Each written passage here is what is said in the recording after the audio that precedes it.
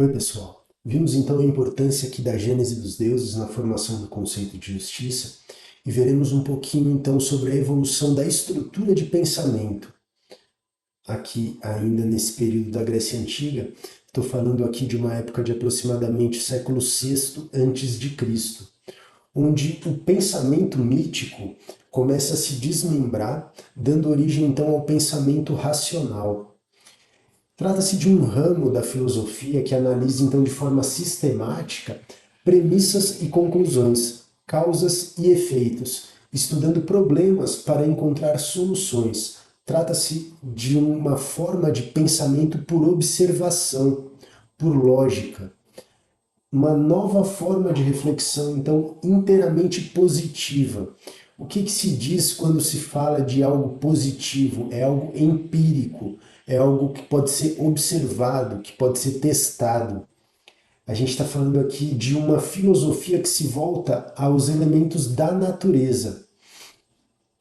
Um momento, então, em que o logos, ou seja, a razão, viria a se libertar do mito e entraria então em uma descoberta do espírito, partindo do pressuposto de que o pensamento verdadeiro ele não poderia ter outra origem senão ele próprio. O pensamento racional ele volta às suas origens, as cosmologias dos filósofos retomam e prolongam os mitos cosmogônicos, encontrando algo aqui de muito similar ao caos no início dos tempos, do qual emergiria então um mundo perfeitamente ordenado. Existe uma passagem da interpretação mítica para a natural. Os elementos eles começam a perder os seus aspectos antropomórficos, representados ali pelos deuses, e permanecem apenas as potências ativas, aquelas animadas, imperecíveis e que são sentidas ainda como divinas. Na estrutura do pensamento, o nascimento da primeira geração ele não se opera por união, e sim por segregação, por separação. Se reconhece essa estrutura de pensamento que serve de modelo para o que viria a ser a física jônia, a physis, em que há inicialmente esse estado de indistinção da unidade primordial, e destas viriam a emergir por segregação os pares de opostos, o quente e o frio, o seco e o úmido, separando o espaço em 4 províncias, o céu de fogo, o ar frio, a terra seca e o mar úmido.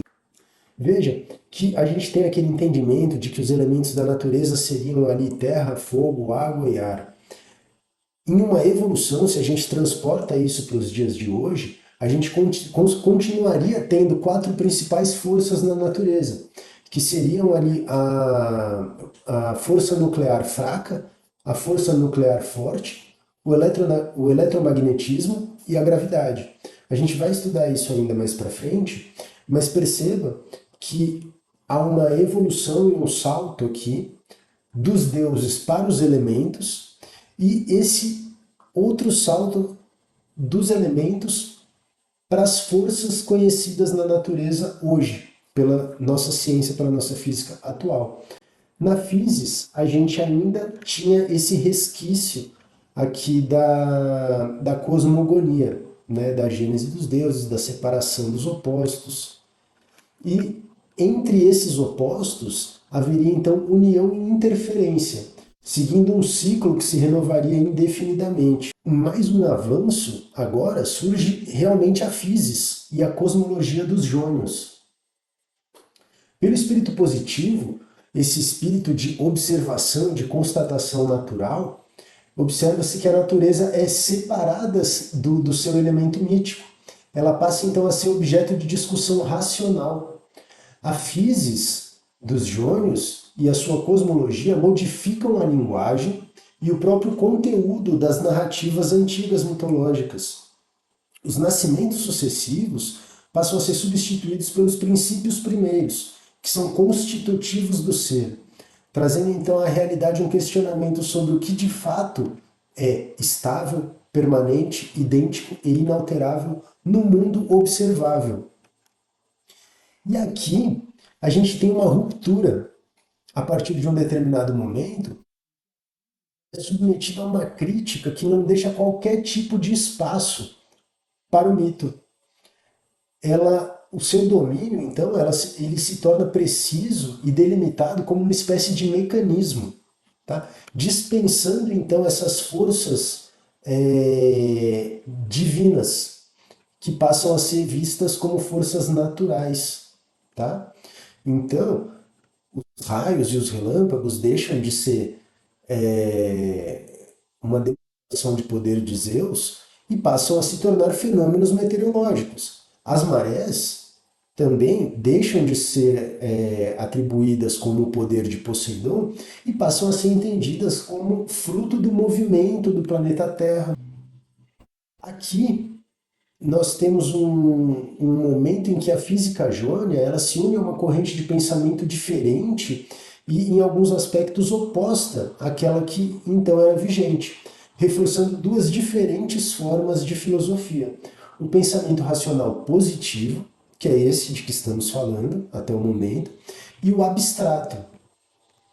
O pensamento racional abstrato, ele vem em um momento em que os sábios deixam de pôr em evidência essa unidade da physis, como vinham fazendo os jônios, e eles passam a se voltar ao homem, eles se voltam a essa dualidade do homem, que começa a ser apreendida em uma experiência religiosa e filosófica, em que se sustenta a existência de uma alma humana que seria diferente e oposta ao corpo, mas que o dirige da mesma forma que a divindade procederia com a natureza. Entende que aqui a gente tem um pensamento abstrato em que não se trata de uma simples observação, mas se trata de uma lógica que é seguida voltada ao interior do ser humano. Então, assim como se entendia que aqueles deuses agiam pela natureza, pelos fenômenos da natureza, se entende que o espírito age pelo corpo, tá? A gente passa então a ter essa noção de uma alma humana, diferente oposta ao corpo. Separa-se então natureza, deuses e ser humano.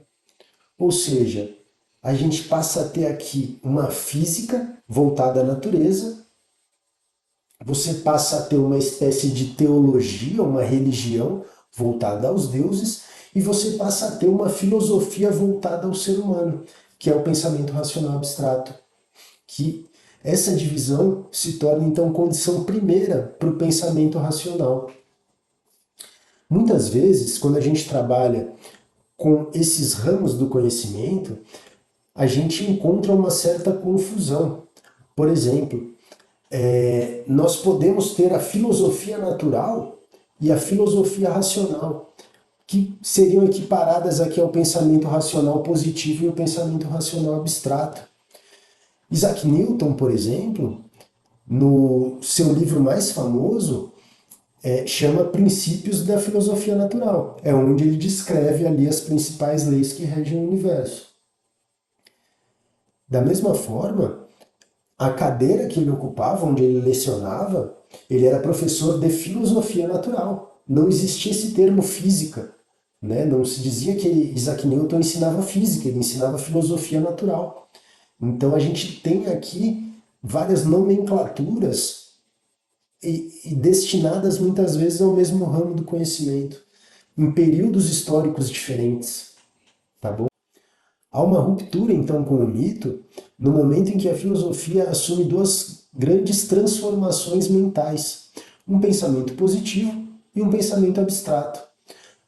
Há uma nova exigência de positividade que é levada ao absoluto no conceito da physis, enquanto a inteligibilidade é levada ao absoluto no conceito do ser, do uno, do idêntico, do imutável.